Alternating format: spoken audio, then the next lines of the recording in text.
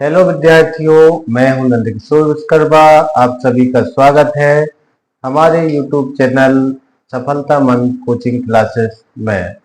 आज के तीसरे पार्ट में हम गणित विषय के अध्याय 1 के प्रश्नावली 1.1 के कुछ सवालों को हल करेंगे। आपको इस वीडियो में अंत तक बने रहना है। अगर आपको मेरा वीडियो पसंद आता है तो हमारे चैनल को लाइक करना है, शेयर एंड सब्सक्राइब करना है। चलिए इस वीडियो में हम देखते हैं। ये पहला सवाल लिखा 1.1 प्रश्नावली का, ये चौथा सवाल है। ये बोर्ड पेपर में कई बार आ चुका है, ये मोस्ट सवाल भी है। तो ये लासा मासा जो हमने पढ़ा है, इसके कल के वीडियो में जो सेकंड पार्ट था, उसमें हमने HCF और LCM को निकाला था। आज इस तरीके से सवालों को कैसे हल करना है उसके बारे में जानेंगे। देखिए यहाँ पर इसको हम हल कर रहे हैं। तो अब ये बात तो हम पहले ही बता चुके हैं, कम से कम अपन को 2 संख्याएं होंगी अगर आपको HCF और LCM ज्ञात करना है। 2 से अधिक हो सकती हैं लेकिन 2 से कम नहीं होंगी। जैसे इस सवाल में HCF 306 और 657 का कितना दिया है, 9 दिया है। तो इस ब्रैकेट के अंदर जो संख्याएं लिखी हैं वो कितनी लिखी हैं, 2 संख्याएं लिखी हैं। एक 306 लिखा है, दूसरी कौन सी लिखी है, 657 लिखी है। और इसका जो HCF का मतलब होता है मासा। जो मासा है वो कितना दिया गया है, आपको 9 दिया है। तो इस सवाल में हम क्या करेंगे, सबसे पहले लिखेंगे दिया है। क्या लिखेंगे, दिया है। क्या दिया गया है, पहली संख्या इसमें कौन सी दी गई है, 306 है।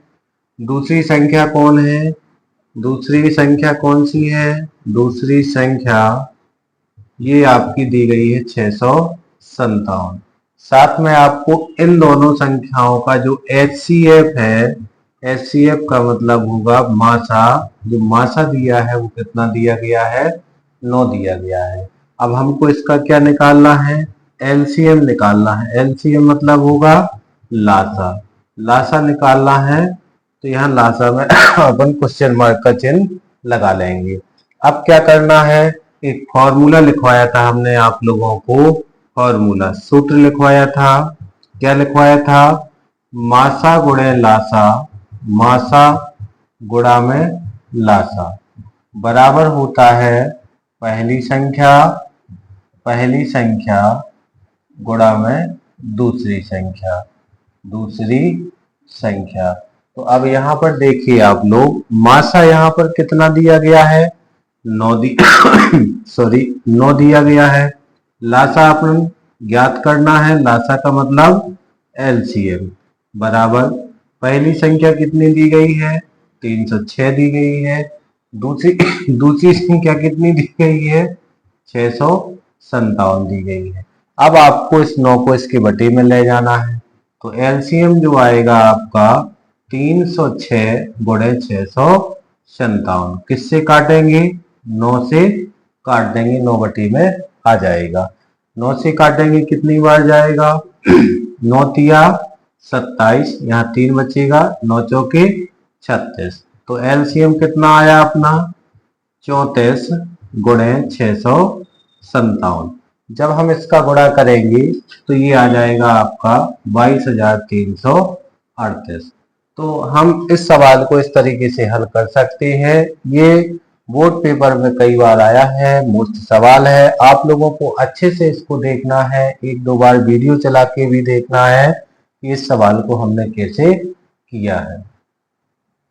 चलिए देखिए, ये प्रश्न क्रमांक 5 है। इसमें लिखा है, जांच कीजिए कि क्या किसी प्राकृतिक संख्या n के लिए 6 की घात n अंक 0 पर समाप्त हो सकती है। तो इसमें आपको एक प्राकृतिक संख्या दी गई है n, और प्राकृतिक संख्या आप सभी जानते हैं कि जो प्राकृतिक संख्या होगी वो कहाँ से प्रारंभ होगी, 1 से। तो 1 2 3 ये कहाँ तक जाएगी, अनंत तक जाएगी। तो अपन को ये 6 की घात n लिखा है, यहाँ पर n की जगह n मानों को रखना है और अपन को देखना है कि क्या अंक ये शून्य पे समाप्त हो सकती है। जैसे आप लोगों ने देखा होगा n का मान अगर 1 रखें तो कितना आएगा 6, ये शून्य पे समाप्त नहीं होगी। 6 की घात 2 लिखेंगे तो ये कितना हो जाएगा 36 हो जाएगा। 6 की घात 3 लिखेंगे ये अपना 216 हो जाएगा। तो अपन एक चीज देख पा रहे हैं, इसमें n का कोई भी मान रखेंगे तो इकाई का अंक कितना दिख रहा अपन को 6 दिख रहा। कहने का मतलब है ये जो 6 की घात n जो संख्या है ये शून्य पर समाप्त नहीं हो सकती। अब अगर मान के चलो किसी संख्या को शून्य पर समाप्त होना है तो उसके लिए एक कंडीशन होती है। अगर कोई भी संख्या शून्य पर समाप्त होना चाहती है तो उसके जो अभाज्य गुणनखंड है वो 2 की घात n और 5 की घात m के गुणनफल के रूप में होने चाहिए। अगर अपन को ये वाली चीज मिलती है तो अपन कह सकते हैं कि दी गई संख्या शून्य पर समाप्त हो जाएगी। अच्छा, एक एग्जाम्पल भी समझ लेते हैं। जैसे मान के चलो एक संख्या 10 है और 10 में इकाई का अंक 0 है। अब इस पे शून्य पे समाप्त होने के लिए संख्या के अभाज्य गुणनखंड अपन को कम से कम 2 और 5 जरूर चाहेंगे।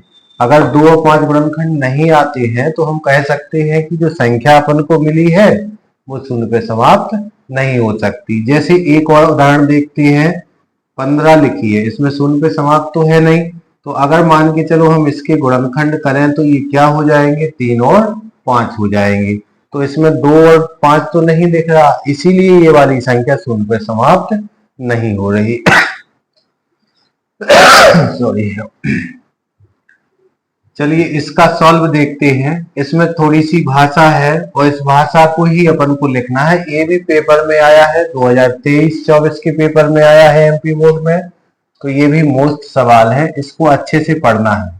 कई बच्चे क्या करते हैं, भाषा की वजह से इस सवाल को छोड़ देते हैं। तो जब हम इसको हल करेंगे तो यहाँ पर लिखेंगे हम जानते हैं कि कोई भी संख्या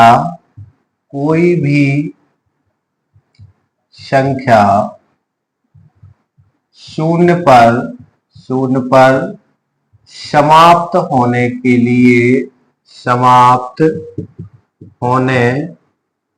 लिए उस संख्या के अभाज्य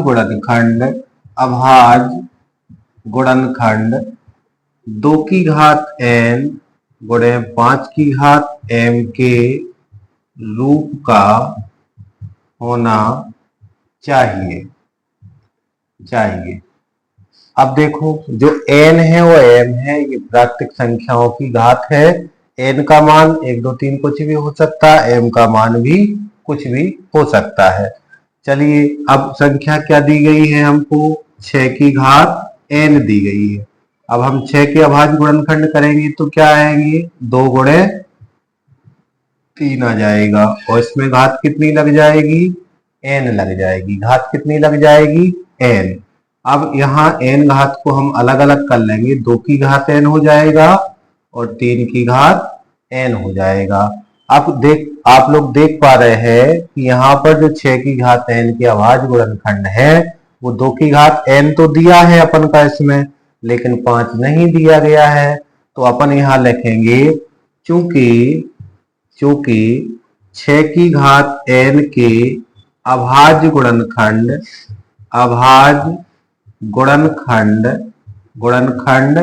2 की घात n गुणे 5 की घात m के रूप के नहीं है। अतः दी गई संख्या 6 की घात n शून्य पर समाप्त नहीं हो सकती है। तो इस सवाल में आप लोगों ने देखा है कि भाषा लिखी है पूरी, लेकिन भाषा ज्यादा कठिन नहीं है। एक एग्जाम्पल में भी सवाल दिया गया है। एग्जाम्पल नंबर जो 2 दिया है उसमें 4 की घात n लिखा है, इसमें कितना लिखा है 6 की घात n। तो अब आप लोगों को क्या करना है, हमने 6 की घात n का आपको सवाल बता दिया है। जो एग्जाम्पल में सवाल लगा है वो इसी भाषा का उपयोग करके सेम 6 की घात n की जगह 4 की घात n करके उसको आपको सॉल्व करना है और कमेंट्स में हमको बताना है कि आप लोगों से ये सवाल बना है कि नहीं बना है। और नहीं भी बनेगा तो आपको कमेंट्स में लिखना है कि सर हमसे ये सवाल नहीं बन रहा, तो हम अगले वीडियो में उस सवाल को कर देंगे। चलिए देखिए, ये प्रश्न क्रमांक 6वां है 1.1 प्रश्नावली का।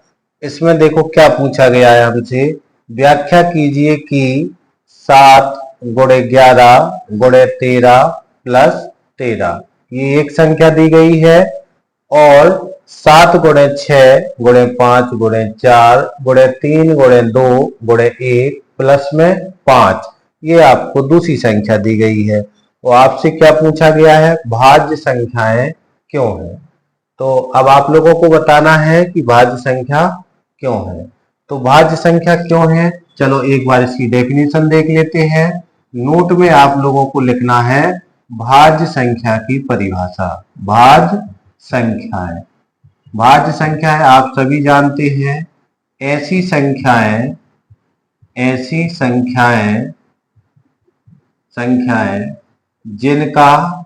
जिनका एक और स्वयं के अलावा अन्य दूसरा गुणनखंड होता है।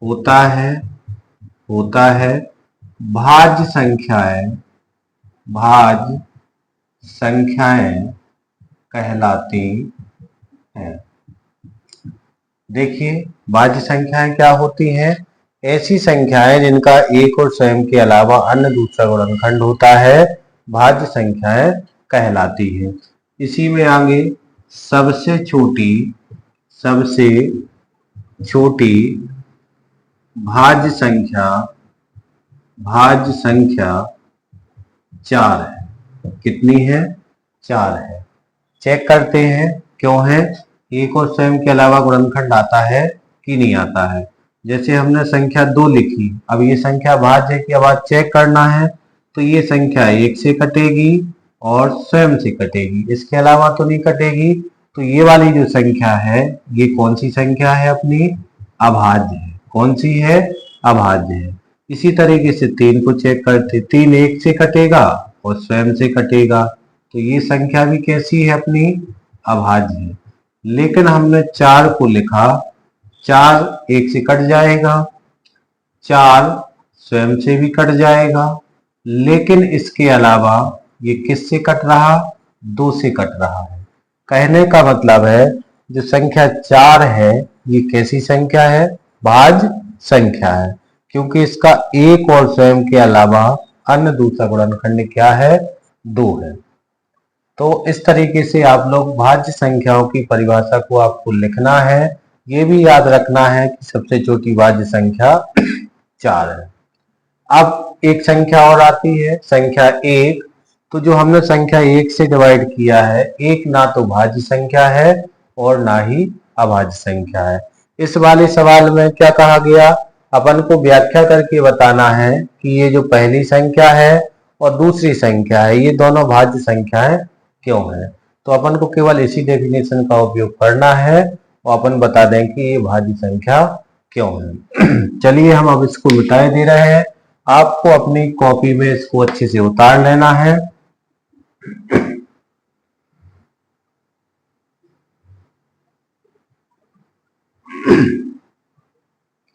देखिए अब इसको हम सॉल्व करते हैं हल। तो यहाँ पर हमने आपको कितनी संख्याएं बताई हैं, 2 संख्याएं बताई हैं। तो हल में हम पहली संख्या लेते हैं। पहली संख्या जो ली है हमने वो कौन सी ली है, 7 गुणे 11 गुणे 13 प्लस 13।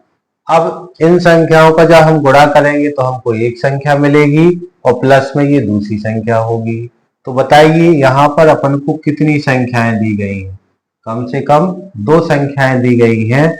दोनों में आप लोगों को 13 कॉमन नजर आ रहा होगा।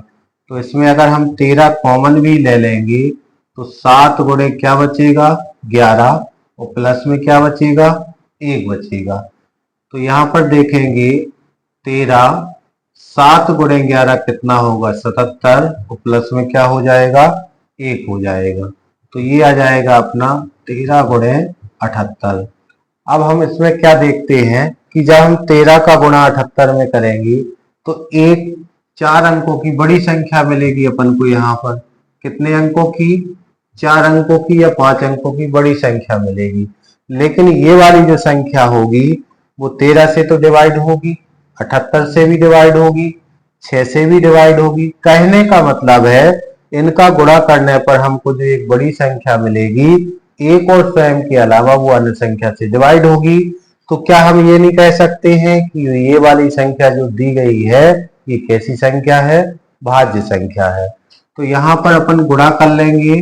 गुणा करने पर पाते हैं 13 अट्ठे कितना होगा, 13 6 78, 13 7 91, 13 अट्ठे 104। 104 में कितना आ जाएगा, 4 आ जाएगा।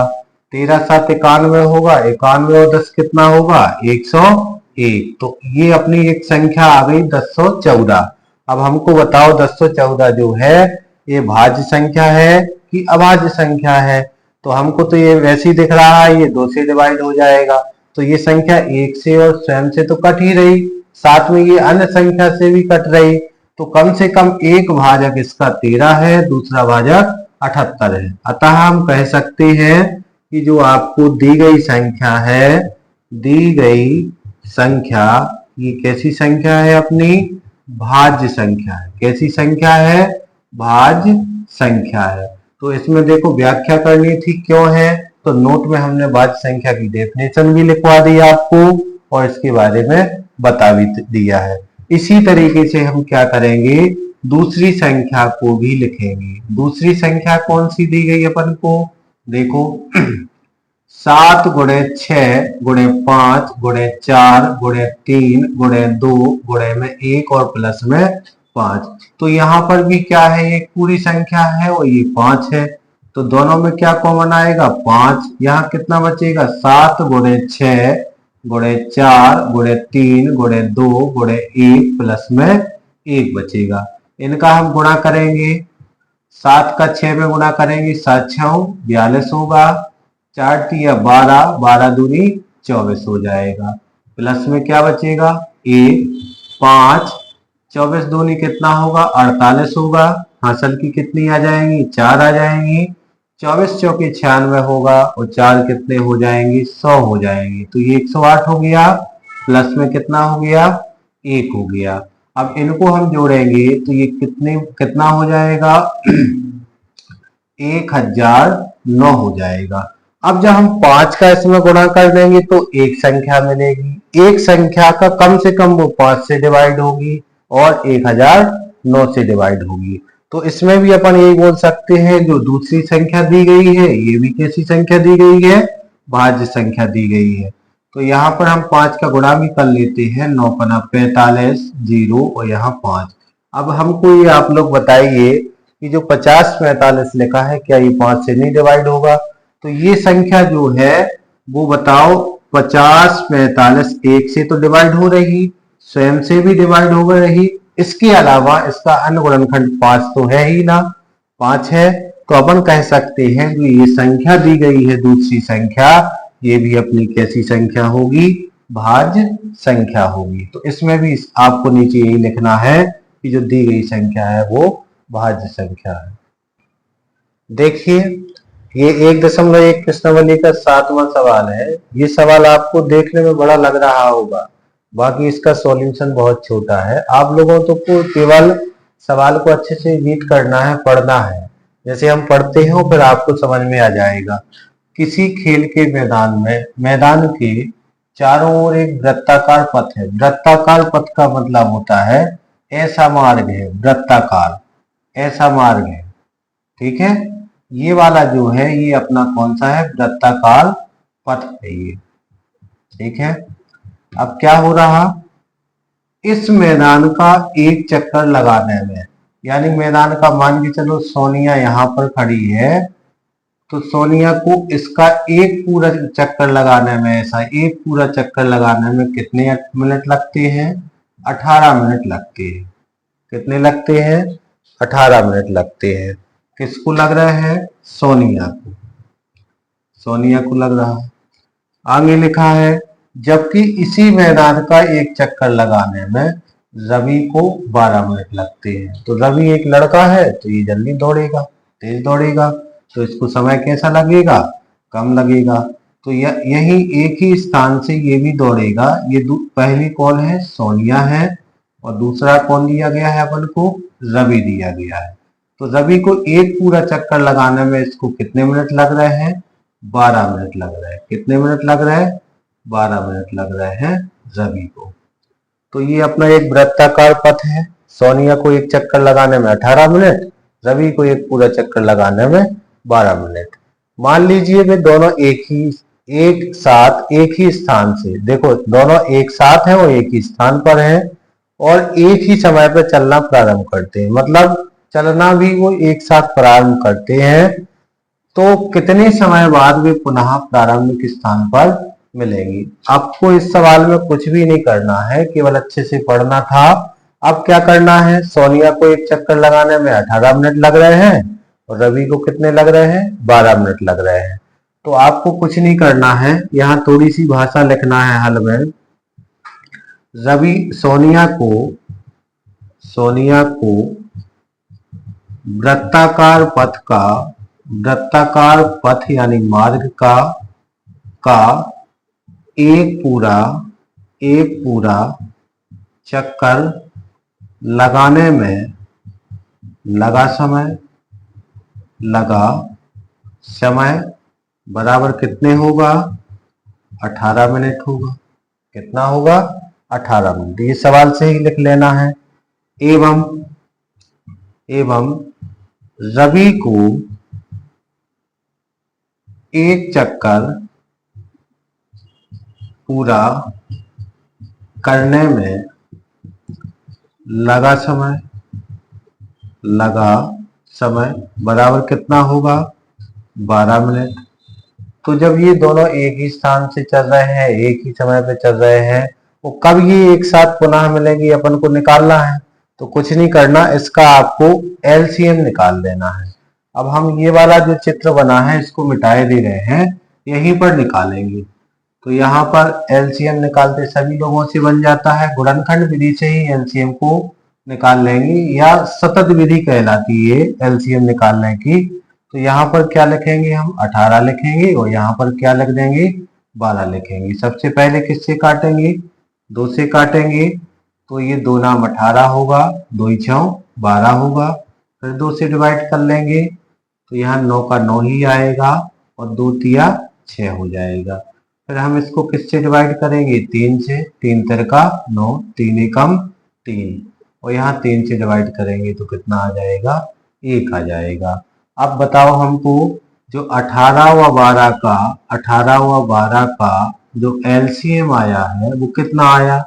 2 गुणे 2 गुणे 3 गुणे 3 यानी 2 दूनी 4, 4 तिया 12, 12 ती 36। तो अपन ये कह सकते हैं कि वे दोनों एक साथ 36 मिनट बाद मिलेंगे। तो यहाँ लिखेंगे भी अतः सोनिया एवं रवि एक दूसरे को